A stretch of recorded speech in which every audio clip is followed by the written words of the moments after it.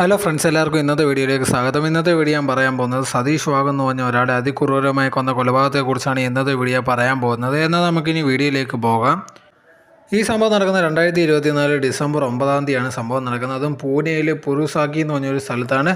അവിടെ സതീഷ് വാഗ് ഉണ്ടെങ്കിൽ ഭയങ്കര വലിയൊരു ബിസിനസ് മാനാണ്. റിയൽ എസ്റ്റേറ്റ് ഭയങ്കര ഒരു ബിസിനസ് ചെയ്യുന്ന ഒരാളാണ്. സോ അങ്ങനെ ഉണ്ടെങ്കിൽ അദ്ദേഹത്തിനുണ്ടെങ്കിൽ ഒരു വൈഫും 2 മക്കളുമാണ് ഉള്ളത്. സന്തോഷമായിട്ട് ജീവിച്ചുകൊണ്ടിരിക്കുകയാണ്. ഒരു ദിവസം എന്നത്തെ പോലെ തന്നെ രാവിലെ 6 മണിയായപ്പോഴത്തേക്ക് ജോഗിങ്ങിന് വേണ്ടി പോവുകയാണ്. അങ്ങനെ പോയിക്കൊണ്ടിരിക്കുമ്പോൾ കുറച്ച് കഴിഞ്ഞപ്പോഴത്തേക്കുണ്ടെങ്കിൽ ഒരു വണ്ടി പെട്ടെന്ന് വന്ന് അദ്ദേഹത്തിൻ്റെ മുമ്പിൽ നിർത്തുകയും 4 പേര് ആ വണ്ടിയിൽ നിന്ന് ഇറങ്ങുകയാണ് ചെയ്യുന്നത്. ആ 4 പേരുടെ കയ്യിലും കത്തിയൊക്കെ ഉണ്ടായിരുന്നു. ഇയാളെ കാണിച്ച് ഭീഷണിപ്പെടുത്തി പിടിച്ച് വണ്ടിക്കകത്ത് കയറ്റി കൊണ്ടുപോവുകയും ചെയ്തു. ഇതെല്ലാം പെട്ടെന്ന് തന്നെയാണ് നടന്നത്. അയാൾക്ക് ഒരു കാര്യം പ്രോസസ്സ് ചെയ്യാൻ പോലും സമയം കിട്ടിയില്ല. അതിനുള്ളിൽ തന്നെയാണ് എല്ലാ കാര്യങ്ങളും നടന്നത്. അവിടെ ഒരുപാട് ആൾക്കാരൊക്കെ ഉണ്ടായിരുന്നു. പക്ഷേ ഇത് കണ്ടപ്പോഴത്തേക്ക് അവരും പേടിച്ചു. അവർക്ക് അടുത്ത് ചെന്ന് അവർക്കും ഇനി എന്തെങ്കിലും പറ്റുമെന്ന് പേടിച്ചിട്ടുണ്ടെങ്കിൽ അവരും ഒന്നും റിയാക്ട് ചെയ്യാൻ നിന്നതൊന്നുമില്ല. സോ ഉടനെ തന്നെ ആ കാറിൽ അയാളെ കയറ്റിക്കൊണ്ട് പോവുകയാണ് ചെയ്യുന്നത്. അങ്ങനെ കുറേ നേരം കഴിഞ്ഞു പോവുകയും ഈ സതീഷ് വാഗിൻ്റെ അയാളുടെ ഫാമിലി അടുത്ത് ചെന്ന് അവിടെ കണ്ട ഒരാളുണ്ട് ഈ കാര്യങ്ങളെല്ലാം പറയുകയാണ്. അദ്ദേഹത്തിൻ്റെ വൈഫായ മോഹിനിയും മക്കളും ഒക്കെ ഇത് കേട്ടപ്പോഴത്തേക്ക് ഭയങ്കരമായിട്ട് വിഷമിക്കുക, അതോടെ തന്നെ ഭയങ്കരമായിട്ട് ടെൻഷൻ അടിക്കുകയും ചെയ്തു. ഉടനെ തന്നെ ഉണ്ടെങ്കിൽ അവരുണ്ടെങ്കിൽ ഇത് പോലീസിനെ വിവരം അറിയിക്കുകയും ചെയ്തു. ഉടനെ തന്നെ പോലീസ് ഉണ്ടെങ്കിൽ എല്ലാ കാര്യങ്ങളും പെട്ടെന്ന് സെർച്ച് ചെയ്യാൻ വേണ്ടി തീരുമാനിക്കുകയാണ്. കാരണം എന്ന് പറഞ്ഞാൽ ഇദ്ദേഹം വലിയൊരു ബിസിനസ് മാനാണ്. സോ ഇയാളത് VIP ആയതുകൊണ്ട് തന്നെ തീർച്ചയായിട്ടും ഭയങ്കര പ്രഷറൊക്കെ ഉണ്ടായിരിക്കും. അങ്ങനെ അതിനെ തുടർന്നുണ്ടെങ്കിൽ അന്വേഷണം നടത്തുകയാണ്. അതിന് വേണ്ടി 3 ടീമിനെ ഉണ്ടെങ്കിൽ സെറ്റ് ചെയ്യുന്നുണ്ട്. ഒരു ടീം ഉണ്ടെങ്കിൽ CCTV ഒക്കെ ചെക്ക് ചെയ്യാൻ വേണ്ടിയുള്ളൊരു ടീം, അടുത്ത ടീം ഉണ്ടെങ്കിൽ അവിടെയുള്ള ആൾക്കാരുടെ അടുത്ത് ഇതിനെ പറ്റിയുള്ള ചോദിക്കാനും കാര്യങ്ങളൊക്കെ പറയാൻ ഒരു അടുത്ത ടീം, വേറൊരു ടീമെന്ന് പറഞ്ഞ് ഇദ്ദേഹത്തിൻ്റെ ഫോണെല്ലാം ചെക്ക് ചെയ്യാൻ വേണ്ടി വേറൊരു ടീം, ലൊക്കേഷൻ എവിടെയാണ് അങ്ങനത്തെയുള്ള എല്ലാ കാര്യങ്ങളും ചെക്ക് ചെയ്യാൻ വേണ്ടിയുള്ള ടീം. അങ്ങനെ 3 ടീമും ചേർന്ന് ഇതേ കണക്ക് അന്വേഷിക്കുകയും ചെയ്യുന്നു. അങ്ങനെ ഒരു ദിവസം കഴിഞ്ഞിട്ട് ഇതിനെപ്പറ്റി ഒരു വിവരവും കിട്ടുന്നില്ല. പോലീസ് ഉണ്ടെങ്കിൽ എന്ത് ചെയ്യണമെന്നും അറിയത്തില്ല. അങ്ങനെ ഒരു ദിവസം കഴിയുമ്പോഴത്തേക്ക് ഒരു ന്യൂസ് വരികയാണ്. അവിടെ തന്നെ വേറൊരു ഫോറസ്റ്റ് ഏരിയയുടെ അടുത്ത് തന്നെ ഒരു ആൾ മരിച്ച നിലയിൽ കണ്ടെത്തി എന്നുള്ളൊരു വിവരം കിട്ടുകയാണ്. സോ അങ്ങനെ അവിടെ ചെന്ന് നോക്കിയപ്പോൾ അവർക്ക് പോലീസിന് മനസ്സിലായ കാര്യം അത് സതീഷ് വാഗാണ്. ഉടനെ തന്നെ ഈ കാര്യം ഉണ്ടെങ്കിൽ അവരുടെ ഫാമിലിയൊക്കെ അറിയിച്ചു. അതിന് ശേഷം ഉണ്ടെങ്കിൽ ഫോറൻസിക് ആൾക്കാർ വന്ന് ചെക്ക് ചെയ്ത് നോക്കിയപ്പോഴാണ് കാര്യം മനസ്സിലാക്കുന്നത്. ഇദ്ദേഹത്തിന് അതിക്രൂരമായി കുത്തിയാണ് കൊന്നിരിക്കുന്നത്. അത് 25-26 വട്ടം അതിക്രൂരമായി കുത്തിയിട്ടുണ്ടോയെന്നൊരു കാര്യം മനസ്സിലാവുകയാണ് ചെയ്യുന്നത്. സോ ഇതുണ്ടെങ്കിൽ ഏതോ വൈരാഗ്യം വെച്ചിട്ട് കുത്തിയെന്ന് പോലീസിന് ഒരു കാര്യം മനസ്സിലാവുകയും ചെയ്യുന്നുണ്ട്. അങ്ങനെ ആരെങ്കിലും അവർക്ക് ശത്രുക്കളുണ്ടോ അങ്ങനത്തുള്ള കാര്യങ്ങളൊക്കെ അന്വേഷിക്കുകയും ചെയ്യുന്നുണ്ട്. ഭാര്യ അടുത്ത് മക്കളടുത്തൊക്കെ ചോദിക്കുന്നുണ്ട്. ആ സമയത്തുണ്ടെങ്കിൽ അവർ പറഞ്ഞൊരു കാര്യം എന്ന് പറഞ്ഞാൽ അവർക്കൊരു കുറച്ച് പൈസ ഉണ്ടെങ്കിൽ ഒരാൾക്ക് കടം കൊടുത്തിരുന്നു. 40-50 ലക്ഷം ഉണ്ടെങ്കിൽ ഒരാൾക്ക് കടം കൊടുത്തിരുന്നു. അത് പലവട്ടം ഉണ്ടെങ്കിൽ തിരിച്ചു വാങ്ങാൻ ശ്രമിച്ചിരുന്നു. പക്ഷേ മറ്റേ ആൾ ഇതുവരെ കൊടുക്കുന്നതായിട്ടൊന്നും ഇല്ലായിരുന്നു. അതുകൊണ്ട് തന്നെ അങ്ങനെ കുറച്ചൊരു പ്രശ്നം പോയിക്കൊണ്ടിരിക്കുന്നുണ്ടെന്ന് പറഞ്ഞിട്ടുണ്ട്. സോ അയാളുടെ കാര്യം ഈ പോലീസിൻ്റെ അടുത്ത് പറഞ്ഞപ്പോൾ പോലീസ് അയാളുടെ ചെന്ന് കാര്യങ്ങളൊക്കെ അന്വേഷിക്കുന്നു. അയാളെ പറ്റിയുള്ള എല്ലാ ഡീറ്റെയിൽസും ഫോണും എല്ലാം ചെക്ക് ചെയ്യുന്നു. പക്ഷേ അയാളിൽ നിന്ന് അങ്ങനത്തെ ഉള്ള ഒരു കാര്യം വന്നിട്ടില്ലെന്നൊരു കാര്യം മനസ്സിലാവുകയും ചെയ്യുന്നുണ്ട്. സോ പ്രത്യേകിച്ച് വേറെ തെളിവുകളോ അങ്ങനെ ഒന്നുമില്ല. പിന്നെ ഉണ്ടെങ്കിൽ പോലീസ് സ്റ്റക്കായി നിൽക്കുകയാണ്. അങ്ങനെ കുറച്ച് കഴിയുമ്പോഴത്തേക്കുണ്ടെങ്കിൽ പോലീസിൻ്റെ കയ്യിൽ നിന്ന് കേസ് മാറിപ്പോവുകയും ചെയ്യുന്നു. അത് ക്രൈംബ്രാഞ്ചിനാണ് കിട്ടുന്നത്. അങ്ങനെയുണ്ടെങ്കിൽ ക്രൈംബ്രാഞ്ച് ഇതിനെ പറ്റിയുള്ള എല്ലാ കാര്യങ്ങളും അന്വേഷിച്ചുകൊണ്ടിരുന്നപ്പോഴത്തേക്ക് ചെറിയൊരു ന്യൂസ് പോലെ അവർക്ക് കിട്ടി. ഇവരുടെ ഫാമിലിക്കകത്ത് തന്നെ ഒരു ചർച്ച പോലെ പോകുന്നുണ്ട്. ഈ സതീഷിൻ്റെ ഭാര്യയായ മോഹിനി വേറൊരാളുമായിട്ട് ഒരു ഇഷ്ടത്തില്ലെന്നുള്ളൊരു കാര്യം. അത് പലവട്ടം ഉണ്ടെങ്കിൽ ഈ സതീഷ് പിടിച്ചിട്ടുണ്ട്. അതിനെ തുടർന്ന് പല വിഷയങ്ങളുണ്ടായിരുന്നു എന്നുള്ളൊരു കാര്യം അറിയപ്പെടുകയും ചെയ്ത്. സോ അതിനെപ്പറ്റിയുള്ള കാര്യങ്ങളൊക്കെ നോക്കുകയും അങ്ങനത്തെ അതിനെ തുടർന്നുണ്ടെങ്കിൽ മോഹിനി അറസ്റ്റ് ചെയ്യുകയും ചെയ്യുന്നുണ്ട്. അങ്ങനെ മോഹിനിയുടെ അടുത്ത് കാര്യങ്ങളൊക്കെ ചോദിക്കുകയാണ്. നീ സത്യം പറഞ്ഞാൽ നിന്നെ വെറുതെ വിടാം അങ്ങനത്തുള്ള കാര്യങ്ങളൊക്കെ പറയുന്നുണ്ട്.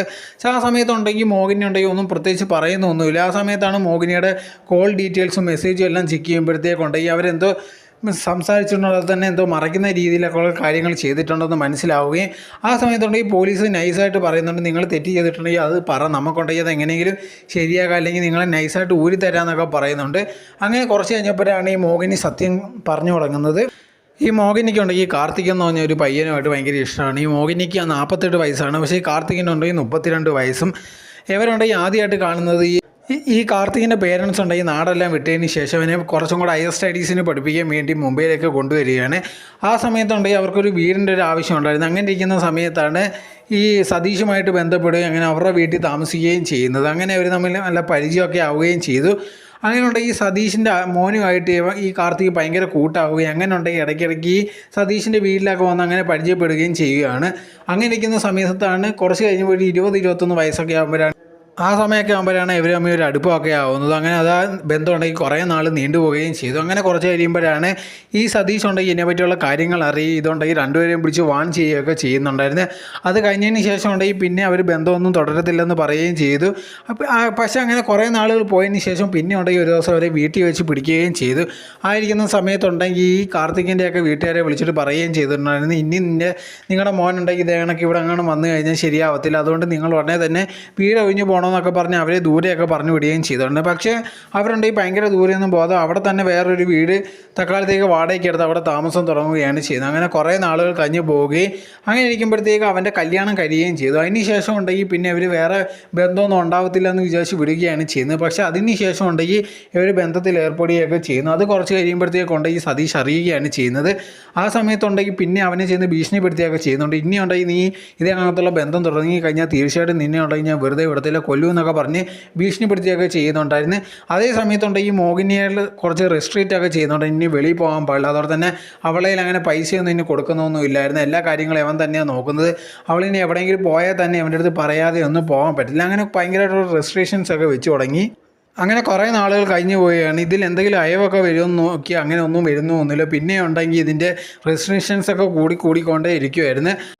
അതേ സമയത്ത് അവനുണ്ട് ഈ സിവിൽ എഞ്ചിനീയറിംഗ് ഒക്കെ കഴിഞ്ഞതിന് ശേഷം ഈ ബിൽഡിങ്ങിൻ്റെയൊക്കെ പരിപാടി, കൺസ്ട്രക്ഷൻ അങ്ങനത്തെ ഉള്ള ബിസിനസ്സൊക്കെ ചെയ്തുകൊണ്ടിരിക്കുകയായിരുന്നു.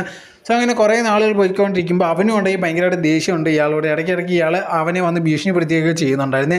ആ സമയത്താണ് മോഹിനി ഉണ്ടെങ്കിൽ അവൻ്റെ അടുത്ത് പറയും നമുക്ക് എന്തെങ്കിലുമൊക്കെ ചെയ്യാൻ, അതിന് ശേഷം ഉണ്ടെങ്കിൽ നമുക്ക് ഒരുമിച്ചിരിക്കാമെന്നൊക്കെ പറയുന്നുണ്ടായിരുന്നു.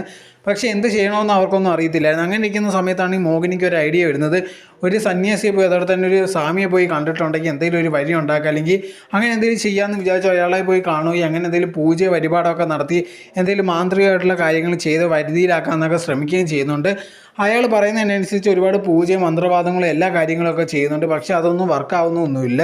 അങ്ങനെ കുറച്ച് കഴിയുമ്പോഴുണ്ടെങ്കിൽ ഈ മോഹിനി തീരുമാനിക്കുകയാണ് ഈ സതീഷാണ് ഇതിന് തടസ്സം. സോ അവനെ കൊന്നു കഴിഞ്ഞാൽ ഇവർക്ക് വേറെ ഒരു പ്രശ്നമില്ലെന്ന് മനസ്സിലാവുകയാണ് ചെയ്യുന്നത്. അങ്ങനെ ഉണ്ടെങ്കിൽ അവൻ്റെ അടുത്ത് പറയുകയും ചെയ്യുന്നുണ്ട് നമുക്കുണ്ടെങ്കിൽ അവനെ തട്ടിക്കളയും, എന്നിട്ടുണ്ടെങ്കിൽ സുഖമായിട്ട് ജീവിക്കാമെന്ന് പറയുകയും ചെയ്യുന്നുണ്ട്. അതിനെ തുടർന്നുണ്ടെങ്കിൽ അവനും എന്തെങ്കിലുമൊക്കെ പ്ലാൻ ചെയ്യാമെന്ന് തീരുമാനിക്കുകയും ആ സമയത്താണ് അവൻ കൺസ്ട്രക്ഷൻ്റെ പണി ചെയ്തുകൊണ്ടിരിക്കുന്ന അതേ സൈറ്റിൽ 4 പേരുണ്ടായിരുന്നു. അവരുടെ അടുത്തുണ്ടെങ്കിൽ ഇതിനെപ്പറ്റി കാര്യങ്ങൾ പറയുകയും അവർക്കുണ്ടെങ്കിൽ 5 ലക്ഷം കൊടുക്കാമെന്ന് പറഞ്ഞ് അങ്ങനെ വാഗ്ദാനം കൊടുക്കുമ്പോഴത്തേക്ക് അവർ അതിനെ തുടർന്ന് സമ്മതിക്കുകയും ചെയ്യുന്നുണ്ട്. അങ്ങനെ ഉണ്ടെങ്കിൽ ആ 4 പേരുണ്ടെങ്കിൽ അവനോട് ചേർന്ന് ഈ സതീഷിനെ കൊല്ലാൻ പ്ലാൻ ചെയ്യുന്നു. അതിന് മുമ്പ് തന്നെ ഈ മോഹിനി ഉണ്ടെങ്കിൽ അഡ്വാൻസ് ആയിട്ട് അവർക്ക് കുറച്ച് പൈസയൊക്കെ കൊടുത്തു. അതിനെ തുടർന്നാണ് അന്നത്തെ ദിവസം രാവിലെ ഉണ്ടാക്കി സതീഷിനെ വന്ന് അവർ പെട്ടെന്ന് എടുത്ത് വണ്ടിക്കകത്തിട്ട് കൊണ്ടുപോവുകയും പോകുന്ന വഴി തന്നെ അതിക്രൂരമായി കത്തിയെടുത്ത് കുത്തി കൊല്ലുകയും ചെയ്തു. അങ്ങനെ ഈ പോലീസിൻ്റെ അടുത്തുണ്ടെങ്കിൽ മോഹിനിക്ക് നടന്ന കാര്യങ്ങളെല്ലാം പറയുകയും അതിനെ തുടർന്ന് എല്ലാവരെയും അറസ്റ്റ് ചെയ്ത് അങ്ങനെ കോടതിയിൽ ഹാജരാക്കുകയും ചെയ്തു. സോ ഇത് ഓൺ ഗോയിങ് കേസ് ആയതുകൊണ്ട് തന്നെ ഇതിനെപ്പറ്റി ഇത്ര വിവരമേ കിട്ടിയുള്ളൂ. നിങ്ങൾ ഈ കഥയെപ്പറ്റി എന്തുകൊണ്ട് വിചാരിക്കുന്നത് കമൻറ്റ് ബോക്സിൽ കമൻറ്റ് ഇടുക. നിങ്ങൾ ഈ ചാനൽ ആദ്യമായിട്ടാണെങ്കിൽ മറക്കാതെ ലൈക്ക് ചെയ്യൂ, ഷെയർ ചെയ്യൂ, കമൻറ്റ് ചെയ്യൂ, മറക്കാതെ സബ്സ്ക്രൈബ് ചെയ്ത് അടുത്തുള്ള ബെൽ ബട്ടൺ അമർത്തുക. എന്നാലും ഞാൻ ഇനി ചെയ്യുന്ന വീഡിയോസ് നിങ്ങൾക്ക് നോട്ടിഫിക്കേഷനെ വരികയുള്ളൂ. Thank you.